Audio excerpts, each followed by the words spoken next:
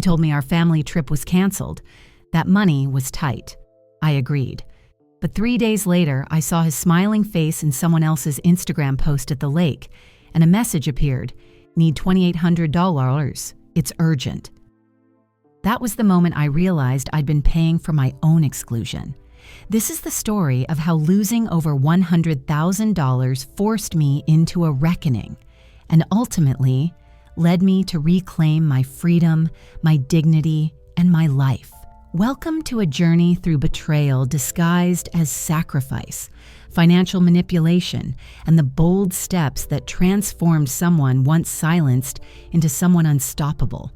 If you believe that truth should never be hidden, that loving yourself is the greatest revenge, and that family loyalty can become exploitation, then this is your story too. He said the trip was canceled, just like that, no drama, no explanation. "Money's tight this year, babe. We'll stay home." And just like that, I believed him. Because that's what you do when you love someone, right? You believe. You take their word as truth, even when something inside you whispers that it doesn't quite add up. That whisper, the one I ignored, would become the voice that saved my life. It was supposed to be our family's annual lake weekend, the one with campfires, matching t-shirts, and Nancy's famous peach cobbler, the one Henry, my husband, never missed. He called it our tradition, though I'd only been officially invited to half of them. When he told me we couldn't go this year because of money, I didn't question it. Inflation, bills, overtime shifts. It made sense. We'd been tightening our belts for months. I offered to pick up extra weekend hours at the hospital so we could get back on track. He kissed my forehead, called me his team player, and thanked me for understanding. At the time, I thought that moment proved how strong we were together. Now I see it for what it was, the quiet beginning of the end. 3 days later, I was standing in the hospital supply closet, surrounded by boxes of gauze and the hum of fluorescent lights, when my phone buzzed. Henry's name glowed on the screen. "Need $2,800. It's urgent." Just those words. No explanation, no apology, no hint that maybe, just maybe, the woman funding his family's comfort might deserve to know why. My thumb hovered above the screen as I thought about how many times I'd sent that exact amount without hesitation. Every first of the month, 3 years running. Family support, he'd called it. Family. The word suddenly tasted bitter. That's when I remembered something I'd seen earlier that day while scrolling through Instagram during a short break. Henry's sister, Melissa, the same woman who'd been too busy to text me back last week, had posted a story, a boomerang video of clinking champagne glasses, sunlight shimmering over blue water. The caption read, "Perfect. Weekend with family. So blessed." In the corner of the frame, half hidden behind a platter of food, I saw him. Henry, my husband, the man who told me the trip was canceled. He was smiling, tan, relaxed, a beer in hand, and that easy charm on his face. The same one that used to make me believe everything he said. The sound of laughter bled through my earbuds, loud and cruel. I froze, staring at my phone, the sterile hospital around me fading into background noise. For a moment, I couldn't breathe. It wasn't just betrayal, it was erasure. They hadn't just lied to me, they'd erased me from the picture entirely. I didn't text him right away. I didn't cry either. I finished my shift. I walked into patient rooms, took vitals, and smiled where I needed to. But my mind replayed that Instagram clip on a loop. The toast, the lake, his grin. By the time my shift ended, the part of me that had once made excuses for him, for them, was gone. I sat in my car in the hospital parking lot, my scrubs damp with sweat and exhaustion, and typed the only words I could muster. Ask your family. 5 words. That's all it took to end a 7-year marriage. The phone rang seconds later, vibrating against my palm. I let it buzz 3 times, then watched the screen go dark. In that moment, something inside me clicked. Not like a break, but a reset. It was the sound of a boundary locking into place. For the first time in years, I didn't feel guilty. I felt powerful. You don't realize how much you've been carrying until you finally set it down, until you stop making excuses for the people who keep taking. That night, I didn't text him back. I didn't check Instagram again. Instead, I lay in bed, listening to the silence of our apartment. No ping of Venmo notifications, no urgent messages, just quiet. The kind of quiet that feels dangerous and freeing. It hadn't always been like this. There was a time when Henry and I were two broke college kids splitting instant noodles and dreaming about a future. A time when I thought we meant equal. A time when his family's approval felt like love. But now, staring at the empty side of our bed, I saw the truth. The lies didn't start with that canceled trip. They started the day I believed that love meant sacrifice without question. That being a good wife meant being silent while others benefited. And maybe losing $100,000 to that lie wasn't just a loss. Maybe it was tuition, the price of learning how to never let anyone make me small again. The next morning, the sun filtered through our thin curtains, lighting the dust on the dresser Henry never cleaned. My phone sat on the nightstand, dark, silent, still. No new messages, no apologies, just the faint reflection of my own face, tired but clear-eyed for the first time in years. He thought canceling that trip would keep me home, obedient, predictable. But what he really canceled was his last chance to lie to me. Because that's the thing about truth. Once you see it, you can't unsee it. And once you stop funding someone else's comfort, you start investing in your own freedom. My phone lit up in the dim supply closet, swallowing every sound around me. Henry's name. Need $2,800. It's urgent. The words were cold and familiar. He had sent them countless times before, always with the same urgent tone. But this time, the setting felt different. Sterile walls, the sharp smell of antiseptic, boxes of gauze stacked behind me. I was in the hospital's supply room, but in that moment, I felt like I'd just walked into a trap. I stared at that message. $2,800. Monthly. For years. For what? It began innocently. A help with taxes here. A mortgage help there. But somehow it evolved into a specter. A constant demand wrapped in love, loyalty, family. A demand I never fully questioned until I saw his smiling face in someone else's Instagram post. He didn't deserve the immediate reflexive trust I had given him, but the muscle memory was strong. I typed back, "Ask your family." Then I closed my phone and tucked it into my scrub pocket. Silent. No reply, no explanation. Only the quiet hum of hospital machines.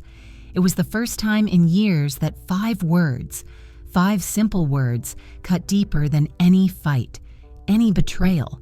And for the first time, I felt my voice coming alive again. The rest of that shift, I moved through patients, alarms, and emergency codes with a hollow focus. My body acted on autopilot while my mind processed the enormity of what I had just done. A nurse walked past, asking for gauze. I handed it off without hesitation. The room faded. The world narrowed to that text. My hands trembled slightly, and not from exhaustion, from the shock of no longer being taken for granted. I remembered how I'd always believed I was part of something bigger, a union, a partnership, a shared future.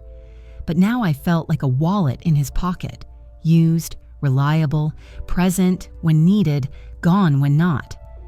That night, I sat on the edge of our mattress, the same mattress where he'd whispered, "I love you" 100 times before, and just stared at the wall. No tears, no message replies, just silence. We weren't fighting. We weren't arguing. We were diverging. He continued in comfort. I sat in a room of questions. I played back that Instagram boomerang, the laughing faces by the lake, the raised glasses, the sunset. I counted 1, 2, 3. Henry. Not me, not me. For nearly 3 years, I had watched my own life empty out, time, money, energy, while pretending it was love. And now I realized it had never truly been shared. The phone remained silent on the nightstand. No plea, no apology, only absence. Yet in that absence, I found a peculiar clarity. That silence echoed louder than any defense he could muster. The next morning, went to lunch in the hospital cafeteria. I sat at a table with two mismatched chairs, the hum of fluorescent lights, the smell of reheated food, the distant squeak of wheels, monitors, masked voices. I watched staff eat, talk, lives lived. I wondered how many of them carried burdens unseen, how many wore scrubs and carried secrets. My phone buzzed. I looked. It was Henry. 2 words, Mom's mortgage. I ignored it. Moments later, a nurse friend slid into the seat across from me. "Long shift?" she asked. I nodded. She asked, quietly, if I was okay. I gave her a small smile that I hoped didn't betray how fragile I felt inside, because I was done crying over hidden truths. I was done explaining things to a phone screen. At that table, I made a decision. I would not continue funding a lie. Back in my scrubs, I texted my supervisor I was leaving 10 minutes early. A rare request, but overdue. In my locker, I folded my scrubs and changed into plain clothes, not for anyone's sake, for mine. I walked out through hospital doors into the crisp air. The wind felt different. It felt available. It felt like a promise. As I drove home, I didn't check Instagram. I didn't scroll messages. I just watched the road.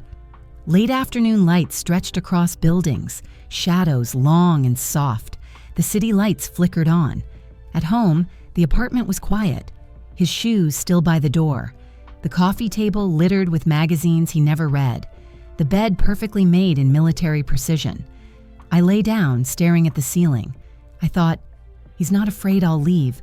He's afraid I'll stop giving. He's counting on compliance, on silence, on my goodwill. But tonight, that contract ends. I sat up, grabbed my laptop from the desk, opened a new folder titled Truth. 3 years of bank records, screenshots, Instagram posts, every payment, every dinner invitation denied, every hidden dinner he told me was canceled. My fingers moved methodically, uploading, labeling, evidence, chronologically sound. I didn't need a courtroom. I just needed clarity. That night, I didn't cry. I didn't send a message. I didn't beg for an explanation. I believed in my strength. Because sometimes the hardest fights are fought with silence, and sometimes the final victory is the decision to stop responding, stop giving, stop hoping. If this exact moment was the pivot, the world after would be mine to rebuild, boundary by boundary, truth by truth. Tonight, the silence was mine. And inside that silence, I discovered I wasn't lost. I was just waking up. Before the lies, before the missing money, before the quiet betrayal disguised as family loyalty, there was love. Or at least, what I thought was love. 7 years earlier, Henry and I had stood in a small courthouse wearing borrowed clothes and oversized dreams. He wore his father's suit, slightly too big in the shoulders. I wore my mother's old wedding dress, taken in at the waist by my best friend with a borrowed sewing machine. We didn't have much, a $300 wedding budget, a promise that love is free, and that was enough, or so I believed.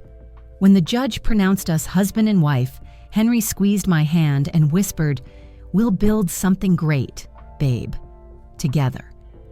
And I believed him with every naive, hopeful fiber of my being. In those early months, I used to think his family was charming in a small-town, close-knit kind of way. His mother, Nancy, showed up with homemade casseroles we couldn't finish. His father, Robert, always offered advice on smart financial planning, even though his own business had folded twice. And his sister, Melissa, bright, bubbly, and overly affectionate, called me sis from the very first day. It was almost perfect. Almost. They had traditions. Family dinners, lake trips, birthdays that required matching outfits, and Sunday calls where everyone had to be on speakerphone. I told myself it was endearing. I told myself it meant I was part of something bigger.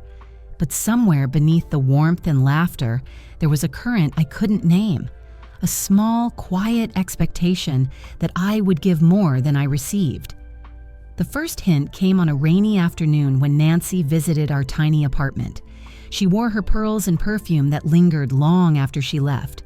Over coffee, she sighed, looking around our modest living room, a mismatched couch, water stains on the ceiling, secondhand furniture that groaned when you sat down. "These old family properties are such a burden," she said wistfully, stirring her coffee.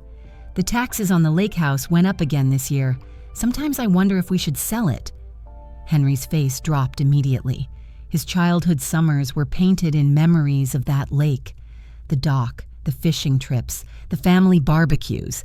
I saw nostalgia break across his features, and before I even thought it through, I heard myself say, "Maybe we can help, just a little, until things get better." Nancy's hand shot across the table and squeezed mine like I'd just offered her oxygen. "You're an angel," she said softly. "You're the daughter I never had." Back then, those words melted me. Now, I know they were the first stitch in a web. The first check was for $500, then came $1,000, then $1,800. Before long, the monthly number became $2,800. Always explained away with a smile and a reason that sounded almost noble. This month it's the property tax. Next month it's the dock repairs. After that, it's Mom's medical insurance. Each time Henry promised it was temporary. Each time he told me his parents would pay us back. Each time I believed him. Because isn't that what love is supposed to look like? Support, trust, teamwork? I convinced myself it was. It wasn't until years later that I realized the difference between generosity and exploitation is consent. And I never actually consented. I just didn't say no. One night, I remember standing in our small kitchen, scraping together dinner after a 12-hour shift. My feet ached, my hands smelled faintly of latex gloves, and my stomach growled. Henry walked in, cheerful as ever, his phone pressed to his ear. "Yeah, Mom, we'll send it tonight," he said, winking at me as if it were some inside joke. When he hung up, he smiled. "They just need another small loan, babe. You know how it is." I wanted to ask, "How is it?" But instead, I nodded. Because arguing felt exhausting. Because love, in my mind, meant endurance. A few weeks later, Nancy showed up again. This time with her famous apple pie, the one she only baked when she wanted something significant. I served it on our chipped plates while she complimented my cooking, my hair, my job. "You're such a blessing," she said, her tone syrupy sweet. "Not many girls your age understand what family means." When she lifted her coffee cup, the light caught her wedding ring, a new 2-carat diamond easily worth several months of my salary. I stared at it longer than I should have. That night, lying next to Henry, I asked softly, "Do you think we'll ever have enough for little things like that? Upgrades, vacations?" He sighed, half asleep. "Someday, when work picks up." Work, his consulting business. The one that somehow involved endless networking on golf courses, but never an actual paycheck. Meanwhile, my hospital overtime kept the lights on, the rent paid, and his family's lake house safe. I turned to face the wall and whispered into the dark, "Someday." But even as I said it, something inside me knew that someday was never coming. The red flags were always there. I just painted them white. Every "you're such a good wife," every "we're family, right?" was another layer of justification, another reason to keep giving, to keep bleeding quietly into a relationship that no longer felt mutual. Henry's mother didn't thank me. She praised him for taking care of things. His sister didn't call me to chat anymore. She texted only when she needed help moving or a little money until payday. Somehow, I became invisible, the silent financier of their comfort, the outsider paying for admission into a family that never truly accepted me. Looking back, I think part of me always knew something was off. But love, or what I thought was love, made me blind. Now, when I replay those early days, I don't see romance or family.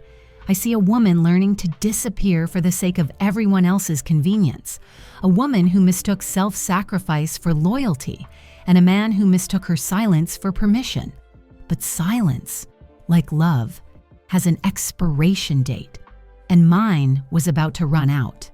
Because soon, that carefully constructed illusion, the family, the loyalty, the fake unity, would begin to crack. And when it did, I would finally see what I'd really been funding all along. Not love, not security, just a lie too expensive to keep paying for. It started innocently, a casual mention over morning coffee, a sigh over too much rain on the docks, a passing comment about old foundations and creeping mildew. Nancy, Henry's mother, visited one weekend, her voice soft, her tone nostalgic. She stood in our modest kitchen, tracing her fingers over the faded paint of our cabinets, peering at our ceiling's faint water stains, then sighed. "These old family properties? The taxes keep going up, honey," she said, setting down the casserole dish she'd brought. "It's become a burden." Henry's face changed. I saw guilt, worry, something brittle break behind his eyes. "Oh," he murmured, "that's hard." Nancy nodded. She looked at me, teary, and said, "These places are supposed to be legacies, not prisons." I looked at the table, at the single mug of coffee in front of me, and said, almost reflexively, "If you'd like, I can help, just this year, until things level out." Her eyes lit. She hugged me tightly. "You don't have to, but thank you." I didn't see it then, but that moment was the beginning of the erosion. The first time it was property taxes for the lake house, the next dock repairs. Then it was structural maintenance, landscaping, pest treatments, new roof shingles, each time framed as urgent, necessary, temporary. Henry handled the logistics, the transfers, the invoices, the promises of repayment. Nancy thanked me at church. Melissa posted a family photo at sunset on Instagram. I believed it was generosity. But belief, I would later realize, is not proof. The first check was modest, $500. It felt manageable, I reassured myself. We were helping family. Henry said it would be reimbursed. Nancy promised future payback. Weeks turned into months, months into years. The amounts escalated quietly. 500, 1,000, 1,800, 2,800. Each increase came without discussion, without hesitation, without me noticing in the beginning. I didn't track it. I didn't question it. I just paid, because I was taught that family comes first. Over time, the burden grew. Utility bills and rent overtook my bank statements. My car faltered more often. I ate sandwiches instead of full meals. But Nancy's house looked impeccable. The lake house remained perfect. Their garden bloomed, their docks were repaired, their life stayed picturesque. It felt unfair, but I was complicit. One Saturday, Nancy arrived unannounced. She wore pearls and a silk blouse, and she brought her famous apple pie, the one she baked only when she wanted something significant. She set it down on our chipped dining table with such care, such ceremony, and complimented me. "The home you and Henry built together is beautiful." I nodded, smiling, still half in disbelief. She spoke at length about the dock needing work, about how she didn't want to burden Henry, how she hated asking. She said she'd been to a meeting with the assessor. She said she didn't want to sell the lake house, that those memories were worth something more than money, but each word was coated with gratitude. So much gratitude, which made me feel that refusing her, denying her, would make me cruel. Later, after she left, I stared at the pie. Its smell lingered. The sweetness felt wrong. I started noticing patterns, emails about property tax changes, stamped county notices, cell phone photos of appraiser visits, Melissa posting sneak shots of the lake, beautiful evenings, golden light, laughter. But the biggest pattern was consistency. Transfers made early in the month, every month labeled family support, tax help, and mortgage, property grant. No variance, no justification, just transactions. I saw it. At first, it made my chest ache. Then it made my jaw tighten. Then it made me furious in silence. One evening, Henry and I grilled in the backyard. He grilled hamburgers. I overturned the lettuce bowl. Over the crackle of charcoal, Nancy's words echoed in my mind. "These old places are burdens." I asked him, soft but firm, "Do you expect me to keep funding problems that aren't mine?" He froze, spatula in midair. He muttered something about family, loyalty, sacrifice. His eyes shifted away. He didn't demand immediate explanation. He didn't need to. I was already testing boundaries I'd never voiced before. Later that night, I started digging. Bank statements, receipts, past tax returns, county property records, appraiser logs, emails that Henry never deleted. I matched dates. I traced spikes. I saw when they had festivals at the lake, when the dock needed work after storms, when the family posted events that coincided with emergency repair payments. It wasn't just helping anymore. It was exploitation disguised as tradition. Nancy's burden was my monthly tax. Melissa's sunset photos were paid with my overtime. Henry's silence was the ask. Keep giving. One night, I logged into our joint account while he showered. I exported 3 years of transactions, all the $2,800 transfers, labeled in comfortable terms: property tax, a mortgage assistance, a family help. Money I'd thought was love, now mapped like a ledger of betrayal. A cold wave washed over me as the numbers stacked. By then, it was over $100,000. The realization hit me. This house, this lake, this family, they were draining me. I was funding scenes I'd never appear in. That night, in our dark bedroom, I placed the statements on his pillow. I didn't whisper. I didn't cry. I didn't accuse. I left the room. I was done explaining. In the early hours, I sat at my laptop, in blue light, uploading, duplicating, guarding every file. I created a folder named Truth. Bank records, appraiser notes, matching posts, time-stamped evidence. No emotion, no flourish, just facts. By morning, I had everything I needed, not to accuse, but to free myself. The lake house tax trick was the test. When love and obligation become the same demand, you've left the realm of giving. You're now financing a lie, and I refuse to be the ATM for someone else's illusion any longer. The drain began subtly, a trickle first, nearly imperceptible. One check here, another transfer there. The numbers crept upward, from $500 to Quaithlers, then $1,800, eventually settling at $2,800 every month. Months turned into years of consistent withdrawals. I ignored the pattern until it was impossible to miss. Each transfer arrived without conversation. No receipts forwarded, no explanations offered. Henry, my husband, handled the logistics. I never saw the invoices, never saw the contractor bills, never saw the receipts. I trusted that he would. I trusted that the help was temporary. I trusted that love meant giving. But trust is not a blank check. I remember one evening in April. I came home late, after a double shift, my scrubs stained, my muscles aching. Henry was already there, pacing the living room. When I stepped inside, he put on his practiced, welcome home smile, but his eyes flickered with tension I'd seen before. "Dinner's almost ready," he said, clearing his throat. I nodded. We had a brief, quiet moment, the kind couples have when nothing's wrong, but something is. Then he asked, softly, "Will you transfer the money this weekend?" My heart stuttered. Which money? Which weekend? How long had I been paying? I said nothing, because I didn't know what to say. Over time, the $2,800 number became my monthly ghost, a phantom I paid without question, a debt I owed to a family that excluded me from their weekends. I noticed how my bank balance never felt stable, how new clothes seemed extravagant, how car maintenance became a luxury, how lunch with friends became a treat I couldn't afford, but I still sent the money, because when they called it family. One night, Melissa posted another photo at the lake. String lights, laughter, a bright sailboat gliding near the dock. "Best weekend with family," the caption read.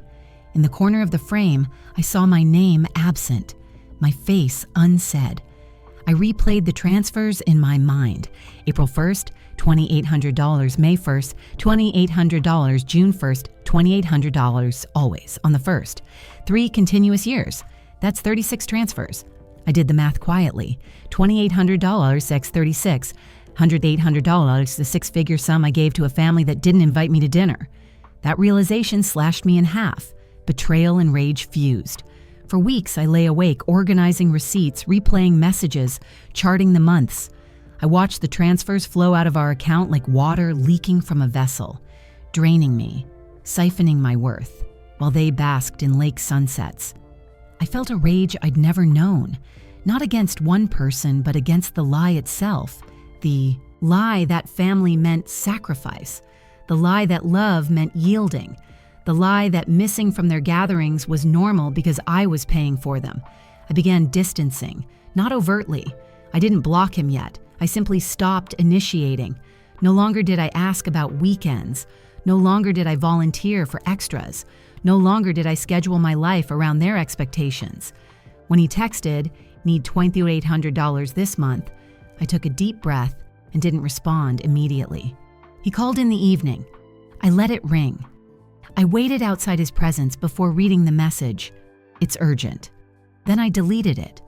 I didn't respond. Silence. My new currency. At work, I began noticing how I'd always given but never received. My new scrubs, my lunch breaks, my coffee, all those small expenses I'd put off because something in me believed that money must be saved for them. On a break, I told a coworker I was paying too much support. She flinched at first. "We aren't supposed to talk about these things." Then she nodded slowly and said, "I had something like that too." It was the first recognition I'd heard. Someone validating the silent drain. I felt less alone. One evening, Henry confronted me. "You're ignoring messages. You're distant." He tried to charm, to soften. He asked what was wrong. He tried to persuade me that helping family was noble, heroic, unselfish. He spoke of loyalty, debt, childhood, sacrifice. But I had changed. I sat calmly, letting him talk, letting him explain. Eventually, he said softly, "I don't know what's going through your mind anymore." I looked at him. "What's going through my mind is exactly what you've paid me to forget." He blinked. Probably expected tears or a plea. Got none. In the days that followed, I tracked my earnings, looked into separate accounts, researched apartment rent near hospital. I weighed risk. I weighed comfort. I weighed dignity. That drain taught me value, how little I'd been valuing myself. Now I was going to correct that. That $2,800 number was never about her mortgage. It wasn't about tax payments. It was about control. It was about making me complicit in my own erasure. When you fund your own exclusion, that's not generosity. That's silent abuse. I began to understand. The strongest step isn't asking them to change. It's changing yourself, to stop giving, to stop erasing, to reclaim. It was a Saturday evening when my world tilted. I just finished a double shift at the hospital. My bones ached. My mind buzzed with patient charts and beeping monitors. I slid into the cafeteria break room, eyes heavy, needing caffeine and silence. My phone buzzed. Instagram. Melissa had posted a video. I sat up. My heart pounded. The clip showed string lights twinkling above a lakeside table, people raising glasses, laughter drifting over water, a perfect weekend, a perfect family. There, in the frame, Henry smiling, relaxed, a beer in hand, my husband. My breath caught. I watched the video again and again, 15 times, 20 times. Each viewing revealed new cruelty, the way the sunset haloed their faces, the way their arms linked, the way they looked content, the way they looked whole, without me. They had known, all along. The video wasn't tagged "canceled trip." There was no caption explaining my absence, no apology, no message, just joy. The irony stung like salt in an open wound. The boat glided past the dock. The water glistened. The feast was abundant. In one corner, I glimpsed Nancy in a floral dress, turning to smile. Melissa filmed, at least 10 hands raised, toasting, celebrating, and me, left out. In the cafeteria's harsh fluorescent light, I swiped screenshots. I captured her video. I paused on frames. I zoomed. I saw his wedding ring catch the light. I saw Nancy smiling in maternity clothes. I saw Jake leaning into a woman whose face I couldn't name. Every frame was a ripple of betrayal. I felt a hand on my shoulder. "Lauren," a voice asked. It was my nurse friend, Maria. She recognized me. Concern softened her features. I nodded. She didn't press. Sometimes people sense dignity being reclaimed, and they step back respectfully. Back in the ICU, when the chaos swirled, trauma codes, exhausting hours, I worked with precision, my hands steady, my heart numb. I inserted IVs, comforted trembling parents, whispered prayers over the wounded, all while my phone lay silent, my soul burning with the memory of that Instagram clip.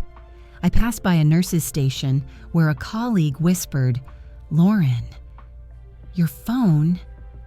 I shook my head slightly, kept walking. That night, I returned home in darkness. Inside our apartment, everything felt heavy. Shoes at the door, unwashed dishes, the bed empty, his pillow untouched. I dropped the phone on the coffee table and sat down across from it. If that video had been shown at dinner, just after dessert when light lingers, how many would have seen him? Not me. I'd been working. Tears pricked my eyes, not for him, not for them, for the version of me that stayed silent too long. I typed out one message, not to him, not to Melissa, to myself. This wasn't love, this was erasure. I stared at it, read it again, deleted it. Some truths aren't meant to be sent, they're meant to be known. I thought, if he could lie about this trip, what else had he lied about? The checks, the promises, the borrowed business deals, the late nights, the consulting clients that never existed, each lie a fracture, each fracture a mirror. I opened my laptop. Side by side, I placed the Instagram screenshots and our bank statements, frame by frame, dollar by dollar. The truth became so loud, so undeniable, the silence around me felt brittle. I renamed the truth folder Evidence, because it was no longer for me alone. It was for the world when the moment came. The next morning, I didn't ask Henry why. I didn't demand an explanation. I didn't even confront him. Instead, I kept my dignity. I showed him certainty. I refused to meet his eyes that day. I let the arrangement between us become invisible. He still asked for $2,800. I didn't answer right away. He fumed. He tried charm. He tried fear. He tried bargaining. But I had seen the video, and I knew. That weekend, I drove past the lake on the road we were supposed to take. I slowed the car. I glimpsed the dock, the water, the shoreline houses. I thought I saw a familiar silhouette. Then I remembered I was no longer welcome in that world. I let the car roll forward, past the driveway, past the sunset, past the betrayal. That night, I pulled my scrubs off in silence, put on new clothes, sat in the quiet, listened to my breath, listened to my heart. I realized that a video, 3 minutes of light and laughter, had freed me. It exposed what I already knew. It revealed the truth. It cracked the illusion. When you wake up from a lie, everything changes. Because the world you trusted doesn't disappear, you do. And in that disappearance, you find yourself again. They had tried to exclude me from the picture. Instead, they placed me at the center of my own unveiling. Now, each frame of that video is my anchor, a reminder that I belong to my own truth and not to someone's curated facade. The hospital's fluorescent lights never dimmed. The alarms never stopped. The air smelled of antiseptic, sweat, and quiet desperation. On my 12th hour doing rounds, patching wounds, offering solace, I fought to keep from collapsing. After so many years of silencing myself, of swallowing lies, of funding my own erasure, I realized that sometimes rage doesn't roar. Sometimes it simmers in the edges of bones, quiet, steady, insistent. That morning I had seen his text, need $2,800 for the mortgage. Nothing new, but the weight had changed. It wasn't just money, it was leverage. I shoved the message into my pocket and went to work. The ER was unrelenting. Trauma codes, cries echoing down hallways, families pleading, doctors barking orders. I moved with efficiency, even as the world inside me twisted. A teenage boy crashed in. I stabilized him. I reassured his mother. I held her hand, all while my own pulse thundered like a warning. At lunch, I found a corner. I barely touched the food. I stared at my phone. Emergency texts from Henry, requests for money, the calm voice asking for mercy. I didn't answer. I couldn't. Promises he'd made floated in my mind. I'll repay you. They'll pay me back. Next month's better. Empty syllables. He said them like they were facts, not fictions. I'd believed them once, but belief built on lies is brittle. In the linen room between shifts, I caught my reflection in stainless steel. Tired eyes, sallow skin, the weight of silent rage in my shoulders. That's when I realized I had endured too long. That night, I clocked out but didn't go home. I sat in my car, the engine idling, city lights flickering. I replayed memories, gentle words, small sacrifices, him saying, "We're in this together." I felt rage rising, not the kind that breaks things, the kind that breaks silence. When I walked through the apartment door hours later, the place was cold. His scent still lingered, his shoes still by the door, his side of the bed untouched. I dropped my bag. I didn't ask why. I didn't demand answers. I simply sat at the kitchen table, pulled out my laptop, and uploaded everything. Screenshots, bank statements, Instagram posts, all evidence, chronological, compelling, quiet, methodical, powerful. Henry appeared minutes later. He asked how my shift was, tried to kiss my cheek. Silence. He froze. His smile faltered. He tried small talk. I answered with questions. Why was I excluded when I funded your family's celebration? Why did they post at the lake while I worked double shifts? His eyes shifted. He asked what this was. I said simply, "I'm done doing what you ask without seeing what's owed." He tried to explain. Approved loans, emergencies, family obligations. He spoke in soft tones, used X's name, invoked heritage, guilt, loyalty, all the familiar tools, but his words found no purchase. They echoed against the armor I was building, brick by silent brick. He asked if I'd forgive him. I looked at him, calm but fierce. I'm past forgive. I'm only rewriting my boundaries. He reached for my hand. I didn't flinch. I didn't hold it either. That night, I packed a small box, my essentials, my dignity, my evidence folder titled Truth. I didn't plan an exit. I planned a departure from the role I'd been assigned, the giver, the uncomplaining wife, the one who funds her own erasure. I placed the box by the door and went to bed, in silence heavier than any argument. At 3 a.m., I woke to his voice in the hallway. "Lauren?" He tried the soft tone. "Please," he said, "just talk to me." He sounded tired, broken. I remained still. No answer, no return visit. He knocked, whispered please. I rolled over, covered my head, and pretended I was already asleep. Maybe I was. At dawn, I opened one eye. He was gone. The apartment quiet. My phone lit up. Voicemails, texts, apologies, excuses. I let them vibrate and die.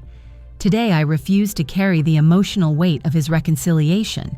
At work, when someone remarked that I looked different, calmer, I nodded, said thank you. I didn't explain. I didn't need to. I was changing from the inside out. In the following days, he pressed for money. He asked again for $2,800. He tried baby talk, guilt, family, loyalty.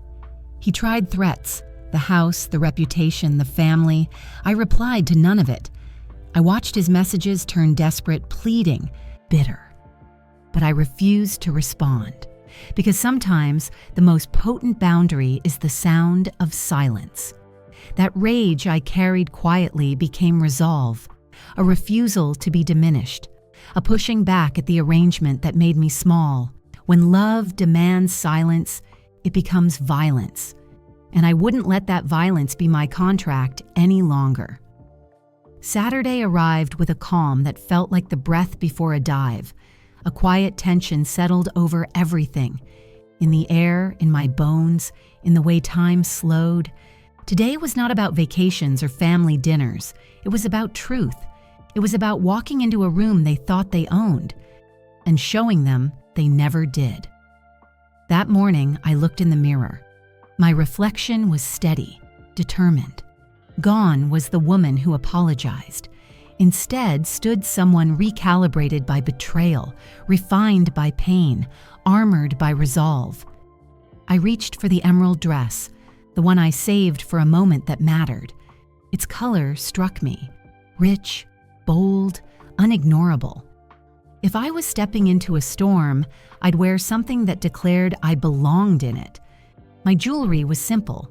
Diamond studs my grandmother gave me, a watch I bought with my own money, nothing flashy enough to distract, but strong enough to mark presence.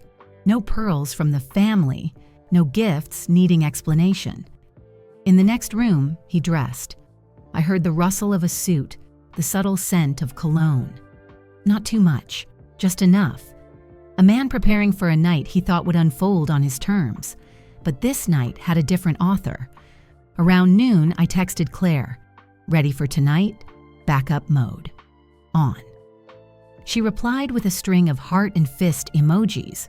She knew, without me spelling it out, what tonight meant. That afternoon, I packed my small clutch, phone with evidence files, lipstick, keys, a thin file book of bank statements, the echo of my voice inside. I left behind the expectations, the silence, the roles I was meant to play. At 5 p.m., I sat in my car across from the venue, Lou Bernardine's private dining room.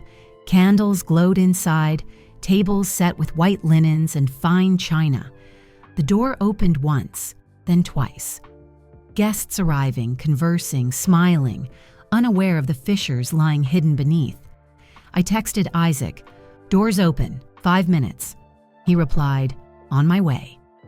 Inside, the room shimmered in candlelight. Floral arrangements, silverware catching the glow, elegant guests greeting each other, all choreography of grace and expectation. My parents were there, helping hands, proud smiles, unaware of the undercurrent beneath the smiles. They believed in the celebration. They believed in family. They didn't know the undoing was coming. My heart hammered. My breath steadied. My pulse synchronized with the silence that hovered between conversations. At 7:05 p.m., my phone buzzed again. They just walked in. My pulse spiked. A moment of stillness. My fingers curled around the clutch. I stepped forward. The doors opened, and there they were. Henry, handsome, confident, arm around Hannah, radiant in a burgundy gown. They walked in as a pair, expecting applause, expecting warmth, expecting acceptance. I inhaled. I responded. I walked in behind them, my posture upright, eyes level, expression composed. Silence rippled, heads turned, gasps stifled, cameras instinctively raised. I held my ground. They had stolen the narrative. Tonight, I would reclaim it. Isaac entered moments later from a side door, calm, steady, file in hand. He closed the circle. He didn't need to dramatize. He simply walked in with truth. Henry came forward, smiling like nothing had changed. He whispered, "You look beautiful." But his eyes flickered, confusion, anger, calculation. I smiled back, soft. "Thank you, Henry. You look comfortable." My voice quiet, firm, controlled. In that moment, electricity cracked through the room. The audience held its breath. Then I said it, loud enough to carry, soft enough to leave them stunned. Do you mind telling everyone what I've been paying for while I was never invited to be here? The shock froze the air. Hannah's expression flickered. Henry's face contorted. Isaac stood behind me, file visible. I reached into my purse and placed a statement at the center of the table. Bank printouts, Instagram screenshots, photos, numbers, all evidence, all truth. I didn't yell. I didn't demand. I simply set it out. Laid the pieces bare. Guests whispered. Silverware trembled. Candlelight flickered. I stayed steady. My family looked on, confused, pained, proud, all at once. He started to protest. Wait, you don't understand. I held up a hand. Don't. You've never understood. Tonight, no performance will hide this. Everyone will see. Everything you've asked, all you've taken. Hannah's lip quivered. Henry's jaw clenched. Light shards off wine glasses. The room crackled with suspense. Isaac bent, opened the file, and placed it beside mine. Documents, receipts, matching posts, the timeline. Proof, aligned side by side. In that glow of candles, faces turned toward us. We stood, back to back, not needing to speak anymore. The room knew. The night knew. Truth was center stage. I took a breath, raised my chin, met my family's eyes, my parents', my friends'. I didn't need to promise. I didn't need to beg forgiveness. I didn't need to plead loyalty. Tonight, I walked in, not as a victim, but as witness. Not as a supplicant, but as author. I reclaimed the room, reclaimed my narrative, reclaimed myself. Because the final preparation was not the dress, the jewels, the proof. The final preparation was the resolve not to bend, the peace to no longer tolerate lies, the courage to walk into their storm with truth in hand. And in that moment, that pregnant hush before collapse, I knew I had already won. The doors of Lou Bernardine's private dining room opened wide.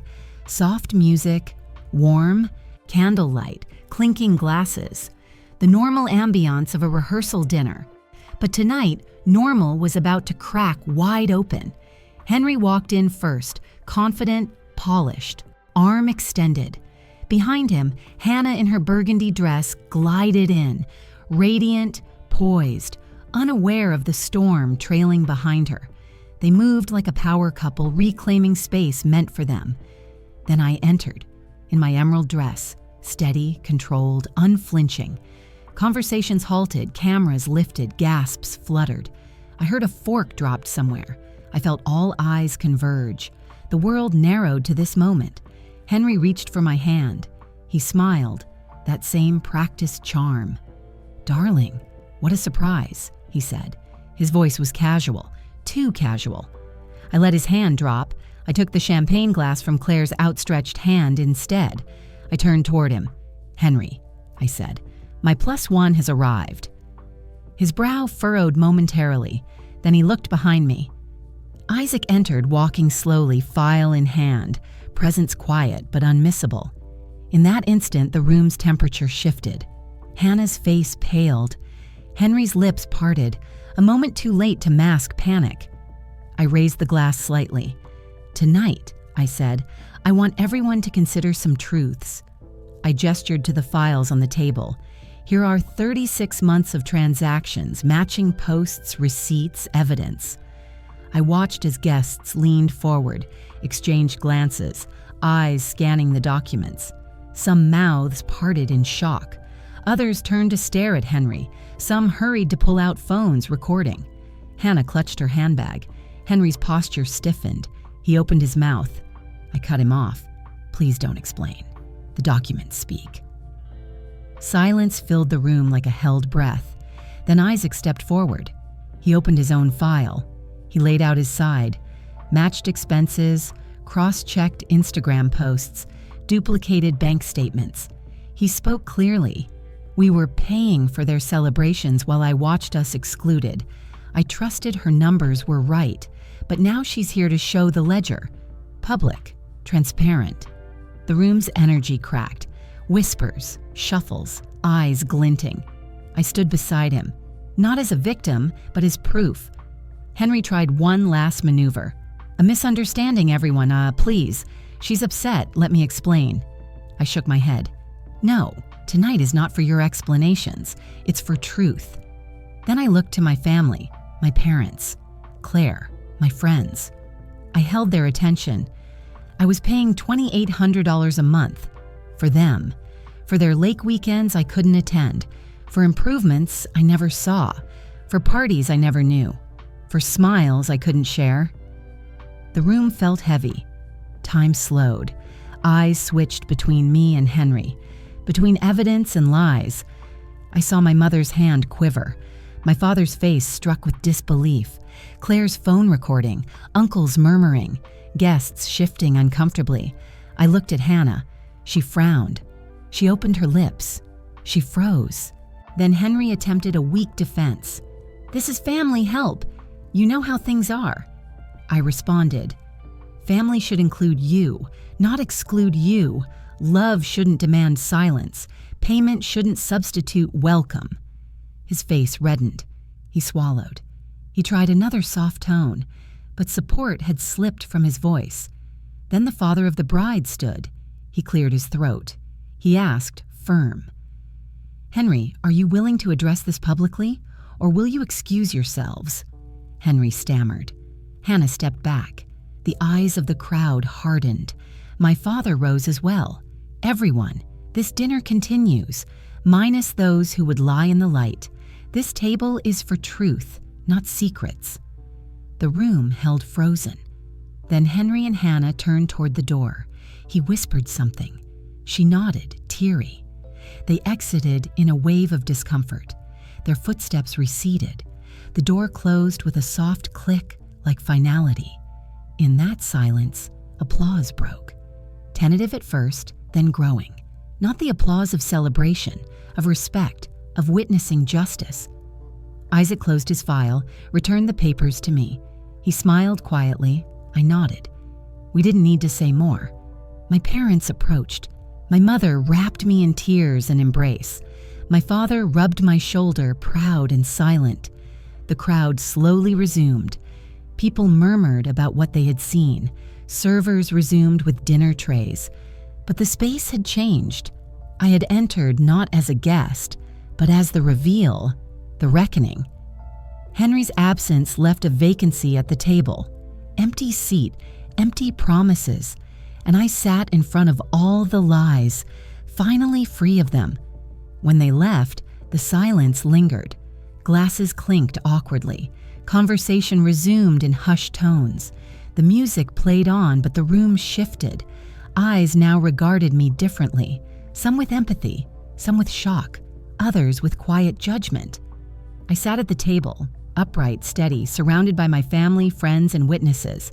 The emptiness where Henry and Hannah should have been felt like a victory. The seat remained unclaimed. My father cleared his throat, rose, and looked around. "Well, this is a rehearsal dinner nobody will forget," he said, raising his glass. Tears shimmered in my mother's eyes. Guests echoed the toast. The applause was soft but not hollow. In that room, the comfortable lies died. The respect reclaimed what had been stolen. After dinner, I stepped aside with Isaac and my closest friends. Whispers followed me. I didn't know. She was too strong. Finally, someone stood up. My heart stung. For years, I wondered if anyone would ever believe me. Tonight, the world did. Outside, the night air felt cool and cleansing. The stakes of exposure, the fear, the uncertainty, they all settled like dust. I exhaled. Isaac stood beside me, holding my hand. "We did it," he whispered. I nodded. We never had to scream. We just showed up. Morning came with a sharp clarity, the heroism of quiet strength, the residue of tension still on my chest. I replayed last night's confrontation in my mind, Henry's face, the gasp in the room, the hush before applause. But what stayed with me wasn't revenge, it was release. By noon, calls started. My mother-in-law, my sister-in-law, Aunt Patricia, distant relatives, some asking forgiveness, others shifting blame. You misunderstood. I didn't mean to. We were trying to protect you. I read every message, I heard every tone, and I deleted them. They had had their stage. I had reclaimed my dignity on mine.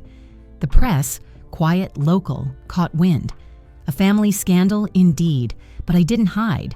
I didn't deflect. I told the truth as plainly as I'd lived it. I contributed $100,800 over 3 years, while being excluded from the weekend they bragged about. I didn't need to embellish. The numbers spoke. The story spread. Social media, community gossip, hospital break rooms. Some called me a hero. Some labeled me a villain. But more people than ever heard my voice. At home, I removed his things. Little by little, shirts, photographs, the tie he never wore, the cologne I never liked. They left the space I once shared with compromise. I didn't trash them. I quietly moved them out, placing them in boxes that marked endings, not beginnings. One chest went to charity, one went to goodwill. Some items I retained, not for memory but for testimony. Photographs of the lake house, screenshots of his texts, proof that I knew when they thought I didn't. In the weeks that followed, life resumed its rhythm.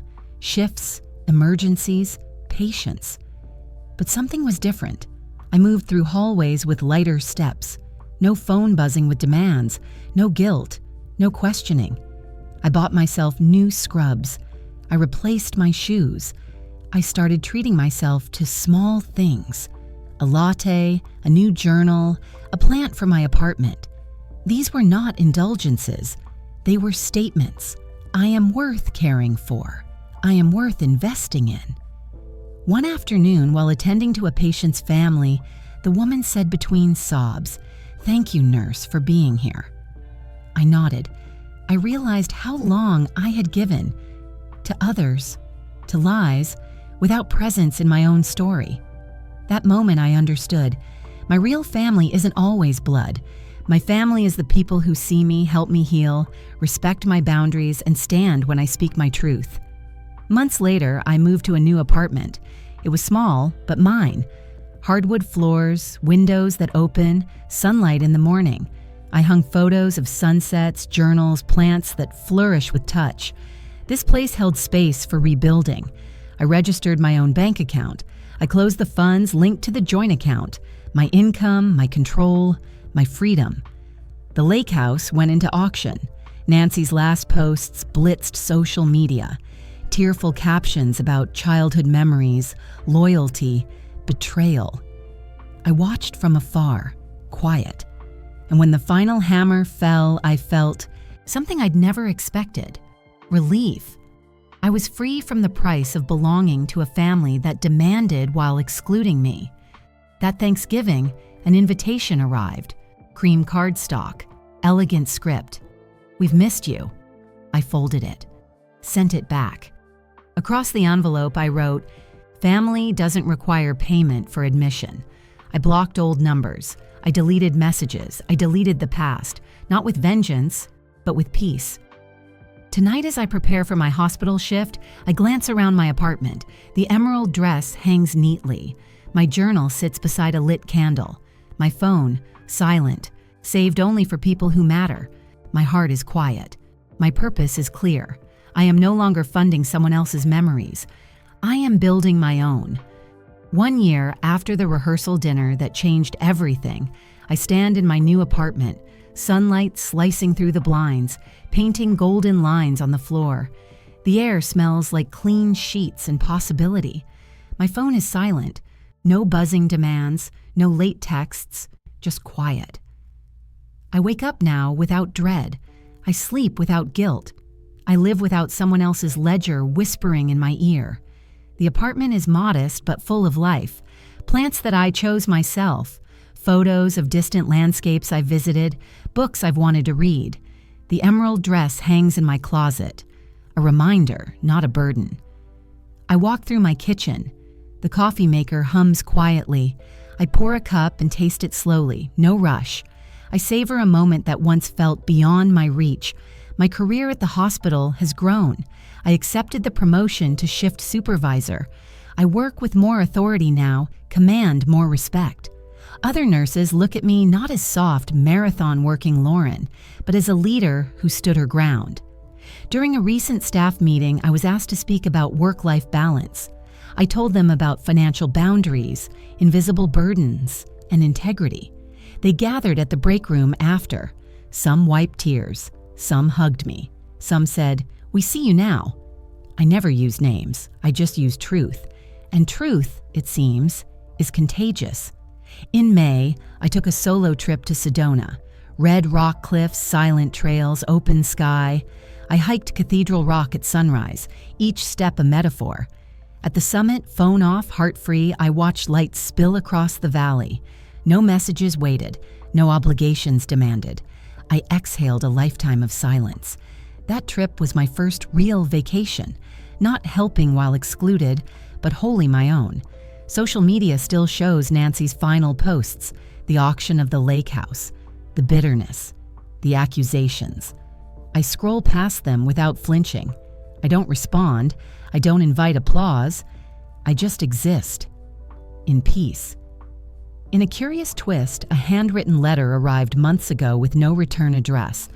I recognized the handwriting. Henry. He didn't ask forgiveness. He admitted, "We made you pay to be excluded." He acknowledged the theft of dignity. I filed it away. I sent no reply. Because some words don't need answers. They just need to be seen.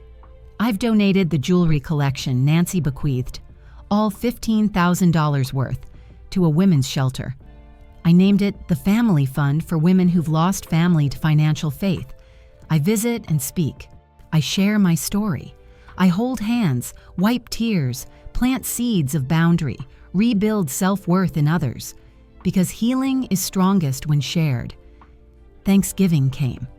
An invitation arrived at my door. The same card, the same script, "You belong." I didn't ignore it. I crumpled it. I slid it into the trash. Family doesn't demand payment for presence. I worked the night shift that evening. No guilt, no heartbreak, only the pride of maintaining my value, my uncompromising value. When I walk the hospital corridors now, I don't feel invisible. I don't feel small. I feel somebody who matters. Someone who refused to pay rent for a place she already owned. Every patient I help, every life I touch, is a reminder that worth isn't measured by how much you give away, but by how much you honor what you keep. Sometimes, when night settles in, I think of Henry's face at the dinner, the flicker of fear when the truth was laid bare. I think of Hannah's shock, of sitting surrounded by evidence and people who saw me then. Those images no longer wound me, they strengthen me. I think of the new women I've met through my support group, nurses, caregivers, silent givers, learning to say no, learning to draw boundaries. I think of their stories weaving into mine. Together, we built something stronger than a family that never saw us. We built a community that does. If someone asked me today who I lost, I'd say, I lost silence. I lost denial. I lost the weight of pretending, and I gained freedom, truth, power, peace. I didn't just survive a betrayal. I outgrew it. I reconstructed my life with dignity, clarity, self-worth. If you ever find yourself paying for your exclusion, asking for permission to belong, or funding a space that won't welcome you, remember, you don't need permission. You don't need to explain. You only need to believe that truth, even when delivered in silent resolve, is stronger than any lie housed in comfort. I walked into their spectacle with proof, not fury. I walked out with peace, not vengeance, and I'm never walking back. Sometimes the greatest liberation doesn't come from shattering a world, but from refusing to live in one built from lies. This wasn't just a story about being betrayed. It was about realizing your worth, about refusing to fund someone else's illusion, about walking away, not from love, but from manipulation. If you're still stuck paying for people who never included you, asking for belonging from those who excluded you, or sanitizing your voice to keep the peace, let this be your turning point. to those who believe in themselves again, to those who choose peace over pain, to those who say enough and never look back. Thank you for witnessing truth. Thank you for empowering yourself. Thank you for saying, I deserve better than silence. Drop a comment. Share the moment that shattered your illusion. Like and subscribe if you believe truth should always win. Because when one person finds their voice, we all become stronger. You deserve freedom. You deserve respect. You deserve a life where your truth is valued. And tonight, you begin it.